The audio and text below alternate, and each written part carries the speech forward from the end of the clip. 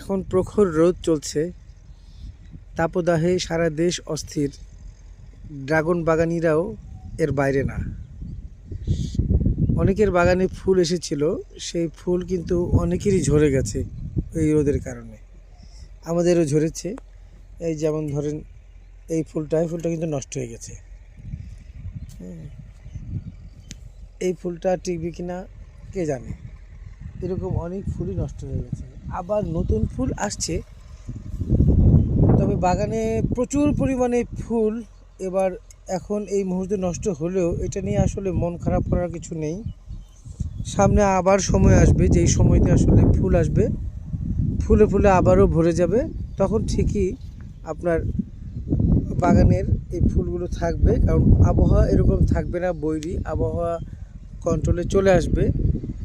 আবহাওয়ার এই তাপমাত্রা যদি এই গরমের এই তাপমাত্রা যদি 41-40 থাকে, তাহলে এমনই অবস্থা হবে।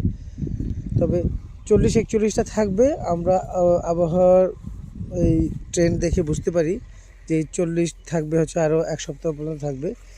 সেকেন্ড ব্যাচের যে ফুলটা আসবে সেই ফুলটা কিন্তু টিকে যাবে, এইটা আসলে এই মনে করা যায়। দেখেন এই যে ফুলগুলো এসেছিলো এগুলো নষ্ট হয়ে গেছে,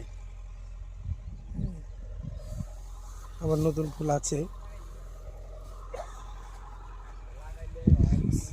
আপনারা আসলে বাগানের গাছের পরিচর্যা করুন, তাহলে গাছ যদি ঠিক থাকে, গাছ যদি হৃষ্টপুষ্ট থাকে, সময় মতো ঠিকই আপনাকে ফুল দিবে, ফলও হবে। ধন্যবাদ সবাইকে। গাছ এমন হলুদ হয়ে যাচ্ছে প্রখর রোদে, তাপদাহের সইতে না পারে গাছ হলুদ হয়ে যাচ্ছে, কোথাও কোথাও পচন শুরু হয়ে গেছে। এই পচন রোধ করার জন্য দিতে হবে কার্বনডাইজিম ও ম্যানকোজেব সমৃদ্ধ ছত্রাকনাশক। ইপ্রোডিয়ন গ্রুপের রোভরালও দিতে পারি আমরা, তবে মাত্রা হবে লিটারে 2 মিলিগ্রাম। এটা আমরা করছি, এতে করে গাছের এই হলুদ ভাবটা দূর হবে এবং পচন রোধ হবে। যারা গত 10-15 দিনের মধ্যে কোনো রকম ছত্রাকনাশক দেননি, এমন হলুদ ভাব প্রভাব দেখাও যায়নি, আমার পরামর্শ হচ্ছে আপনারা এই স্প্রেটা দিয়ে দিন, তাহলে আপনার গাছটি রক্ষা হবে। আমাদের ম্যাক্সিমাম গাছই ভালো আছে, এরকম 2-1টা গাছ এমন।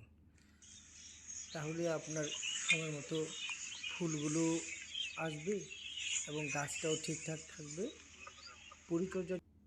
গাছের পরিচর্যা যদি ঠিকঠাক থাকে, তাহলে সময় মতো আপনি কাঙ্ক্ষিত এর ফল পাবেন। তাই গাছের পরিচর্যাটা খুব জরুরি। নিবিড়ভাবে পর্যবেক্ষণ করতে হবে গাছগুলো সব ঠিক আছে নাকি।